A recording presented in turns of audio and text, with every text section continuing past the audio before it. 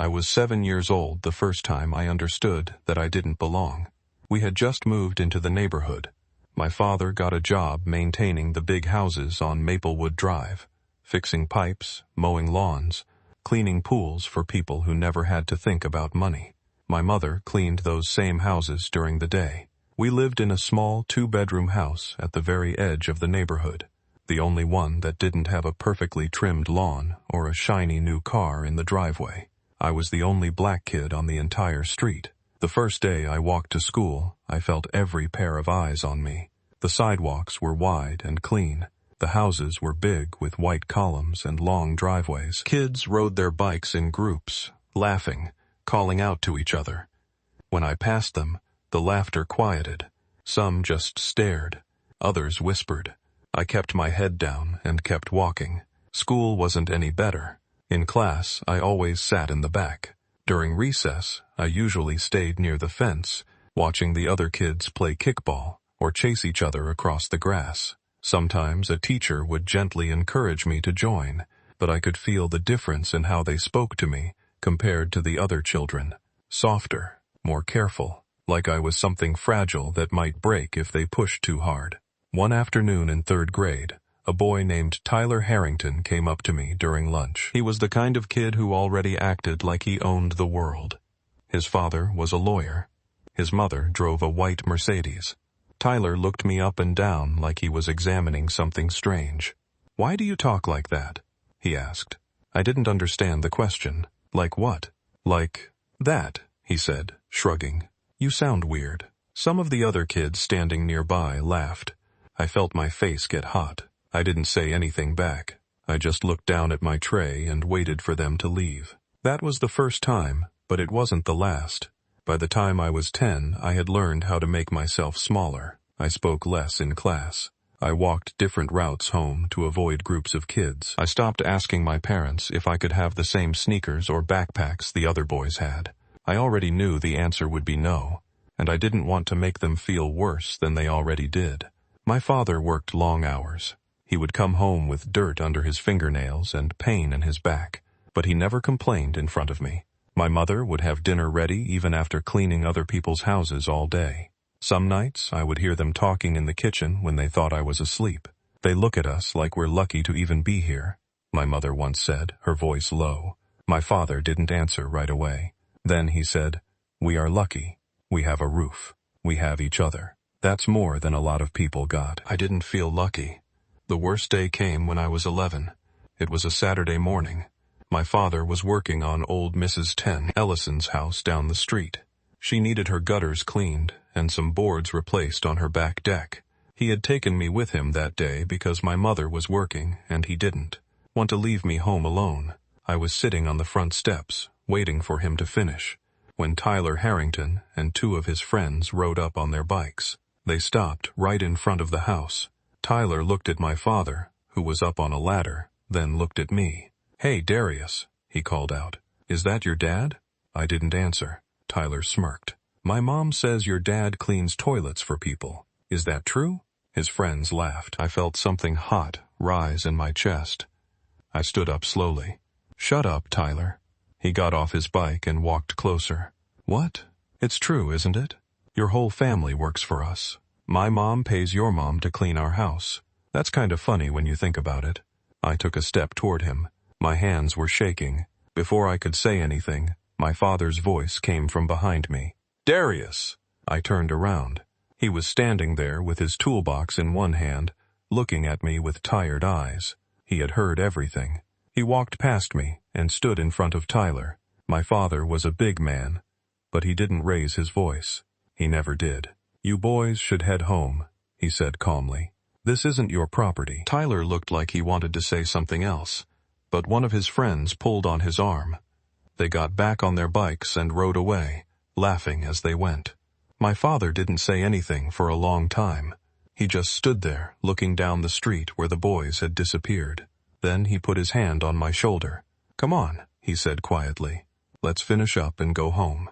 That night, I lay in bed and stared at the ceiling. I could still hear Tyler's voice in my head. I could still see the way those boys looked at my father, like he was nothing. For the first time in my life, I felt something deeper than embarrassment. I felt anger, not the loud, shouting kind, the quiet kind that settles deep in your chest and stays there. I didn't know it then, but that anger would stay with me for a long time. It would follow me through school, through jobs, through every door that got closed in my face.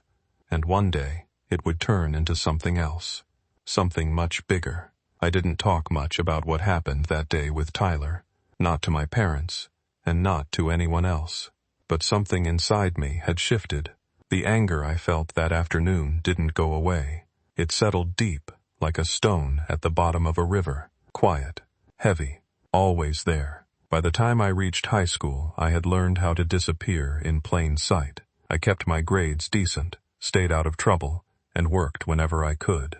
My father's back had gotten worse, so most weekends I went with him on jobs. I learned how to fix things. Leaky faucets, broken fences, peeling paint. I was good with my hands. People noticed, but they never really saw me. One summer, when I was 16, I got my first real job on my own. It was at a small hardware store on the edge of town. The owner, Mr. Ellison, was an old white man who had known my father for years. He gave me the job mostly out of pity, I think. I stocked shelves, swept floors, and helped customers find what they needed. Most of them barely looked at me when they spoke, except one. Her name was Mrs. Langford. She was in her 50s, always well-dressed, and came in almost every week. One afternoon, she watched me help an older man carry a heavy bag of cement to his truck. After he left, she walked over to me. "You're Darius, right?" she asked. "Marcus's boy?" "Yes, ma'am." She studied me for a moment. "You don't talk much." I didn't know what to say to that, so I stayed quiet. "You should," she said. "People respect quiet men, but only if they know there's something behind the silence." I didn't understand what she meant at the time, but I remembered her words. By senior year, I was working 2 jobs, one at the hardware store and another helping a landscaping company on weekends. My mother kept telling me to focus on school, but I could see how tired she looked every night. My father could barely stand for long periods anymore. I knew if I wanted anything different for us, I would have to make it happen myself. I graduated high school with average grades. No one clapped for me at the ceremony except my parents. Tyler Harrington gave a speech that day.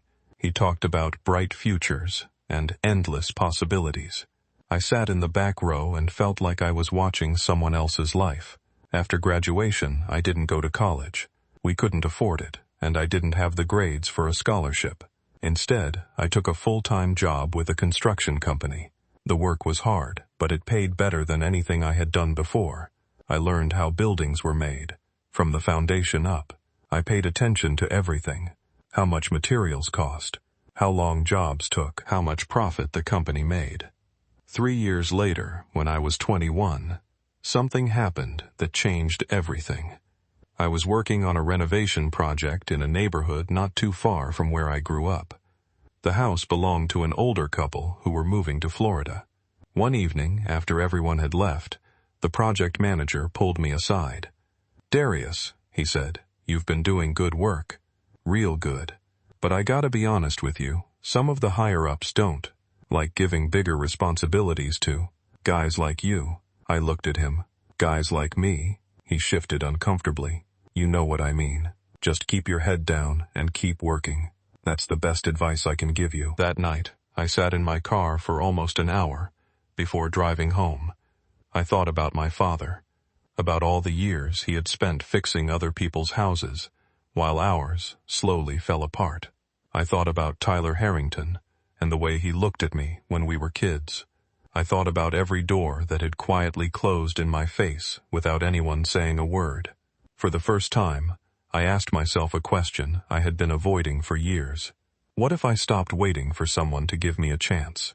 2 weeks later, I quit the construction company. My mother cried when I told her. My father didn't say much, but I could see the worry in his eyes. I took every penny I had saved and bought my first property. A small, run-down duplex on the bad side of town. It needed work, but it was cheap. I fixed it up myself, room by room, using everything I had learned over the years. When it was done, I rented it out. That first rental check felt like the first real breath I had taken in years. Over the next few years, I kept buying. Small houses, fixer-uppers, places nobody else wanted. I worked 16-hour days. I barely slept. I made mistakes. I lost money, but I kept going. By the time I was 28, I owned 5 properties. None of them were in the neighborhood I grew up in. Not yet.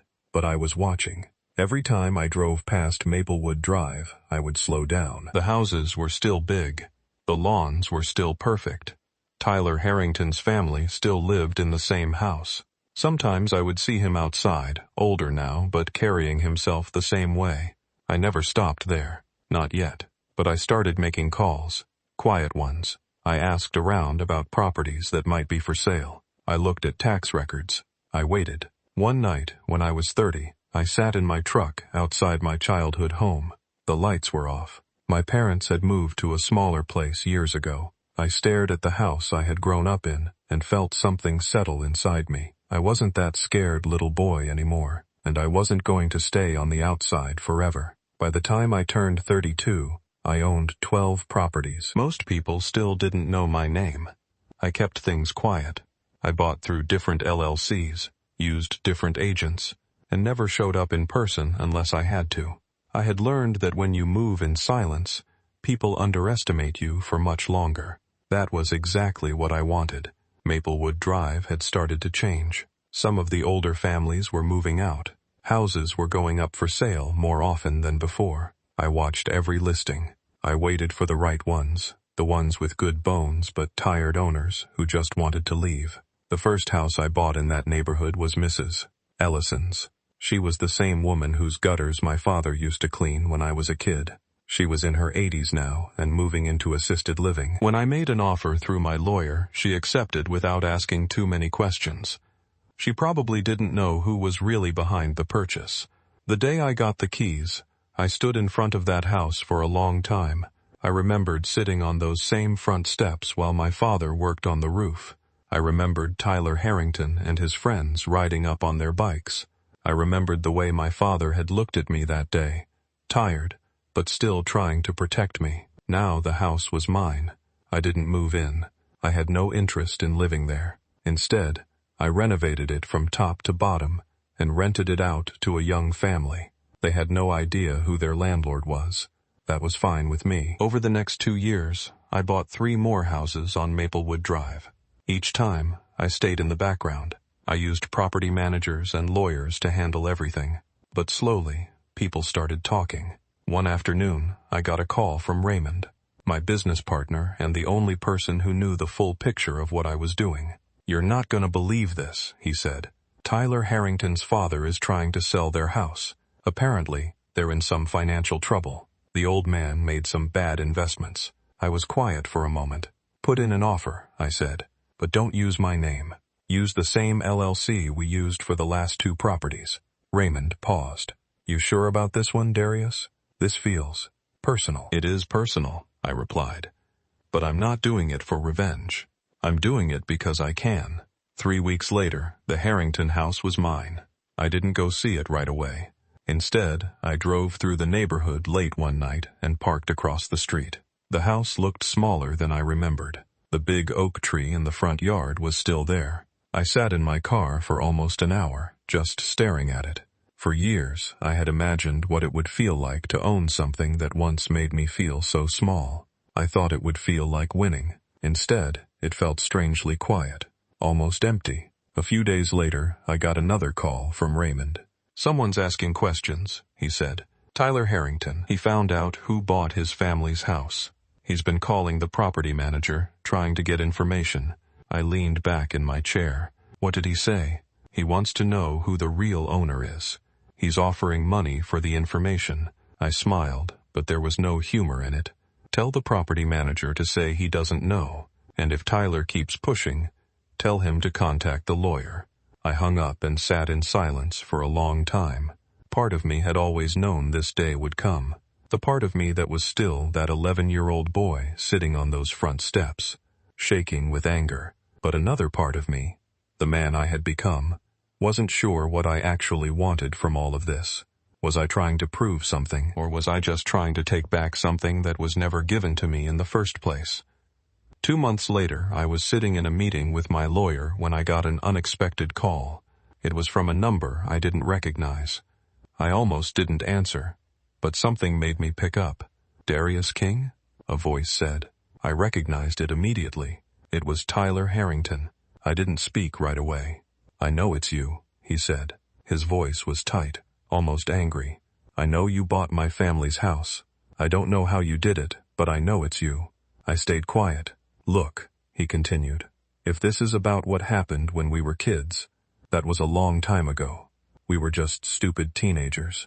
I finally spoke. "You weren't a teenager when you said those things to my father," I said calmly. "You were old enough to know better."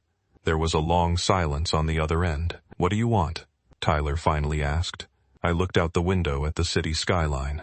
"I don't want anything from you, Tyler," I said. "I already have what I came for." Then I hung up. That night, I drove back to Maplewood Drive. I parked in front of the Harrington house, my house now, and got out of the car. I walked up the driveway and stood where Tyler used to stand on his bike all those years ago. The neighborhood was quiet. Most of the lights were off. For the first time since I started buying properties here, I felt something close to peace. But it didn't last long, because as I turned to walk back to my car, I saw someone standing on the sidewalk across the street, watching me. It was my mother. She looked older, smaller than I remembered. She had a grocery bag in one hand and her car keys in the other. She must have been visiting someone in the neighborhood. Our eyes met. For a moment, neither of us moved. Then she walked across the street toward me. When she reached me, she looked up at the house, then back at my face. "Darius," she said softly, "what are you doing here?" I didn't know how to answer her, because the truth was, even I wasn't sure anymore. I didn't sleep much that night. Seeing my mother standing across the street had shaken something loose inside me. She didn't ask many questions that evening. She just looked at me for a long time, then said she was visiting an old friend who still lived on the next street over. Before she left, she touched my arm gently. "You don't have to prove anything to anyone, Darius," she said. "Not even to yourself." I didn't reply. I just watched her walk back to her car. The next few weeks were difficult. I kept buying properties, but the satisfaction I used to feel was fading. Every time I drove through Maplewood Drive, I felt my mother's eyes on me. I started questioning why I was really doing this. Was it about power? Was it about revenge? Or was I still that angry little boy who never got to fight back? Tyler Harrington didn't call again after that day, but I heard from my lawyer that he had been asking around about me. He wanted to know how a kid who used to work on his family's lawn had become the man quietly buying up half the neighborhood. I didn't care what he thought anymore. At least, that's what I told myself. One afternoon, I received an unexpected visitor at my office. It was Raymond. He walked in and closed the door behind him. "You need to see this," he said, placing a folder on my desk. Inside were documents showing that Tyler Harrington had started a small real estate investment company a few years ago. It had failed badly. He had borrowed money from the wrong people and was now deeply in debt. The Harrington family house wasn't the only thing he had lost. "He's desperate," Raymond said. "Word on the street is he's been trying to borrow money from old family friends. No one's helping him." I closed the folder. "What do you want me to do about it?" I asked. Raymond looked at me carefully. "Nothing. I just thought you should know. This guy made your life hell when you were a kid. Now he's the one who's struggling. I figured you'd want to know how far he's fallen." I didn't answer right away. Later that night, I drove to Maplewood Drive again. I parked in front of what used to be the Harrington house. The lights were on. A young couple lived there now. They had 2 small children. I could see them through the window, moving around the kitchen, laughing about something. I sat there for almost an hour. I thought about Tyler, about how easy his life had seemed when we were kids, about how quickly things can fall apart when the money runs out. I thought about my father, who worked himself into the ground just to keep a roof over our heads. And I thought about my mother's words. "You don't have to prove anything to anyone." For the first time, I asked myself a question I had been avoiding. What happens after I own half the neighborhood? What was I actually trying to achieve? The next morning, I made a decision. I called Raymond and told him to stop buying properties in Maplewood Drive. We had enough. Instead, I wanted to focus on something else. Something I had been thinking about for a while but had never said out loud. I want to start a program, I told him, for kids from neighborhoods like the one I grew up in. Kids who feel like they don't belong anywhere. I want to help them learn skills, construction, real estate, business. Give them a real shot. Raymond was quiet for a moment. That's a big shift, he said finally. You sure about this? I'm sure, I replied. Over the next month, I worked on setting up the foundation. I didn't announce it publicly. I didn't want attention. I just wanted to do something that actually mattered. But life has a way of forcing things into the open. One evening, as I was leaving my office, I saw Tyler Harrington standing outside. He looked thinner than the last time I had seen him. His clothes were expensive but slightly worn.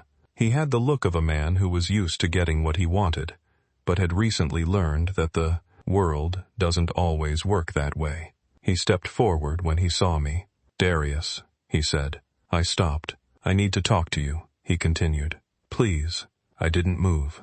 Tyler looked down at the ground, then back up at me. For the first time, I saw something in his eyes I had never seen before. Shame. My family is in trouble, he said. Bad trouble. I made some mistakes. I lost almost everything. I know I don't deserve your help, but I'm asking anyway. I studied him for a long moment. What do you want from me, Tyler? I asked. He hesitated. I want to work, he said. I don't expect you to give me anything, but I know you're doing big things now. I know you're buying properties and renovating them. I'm good with people. I can sell. I can manage. I just need a chance. I almost laughed. After everything, after the way he treated me and my father when we were kids.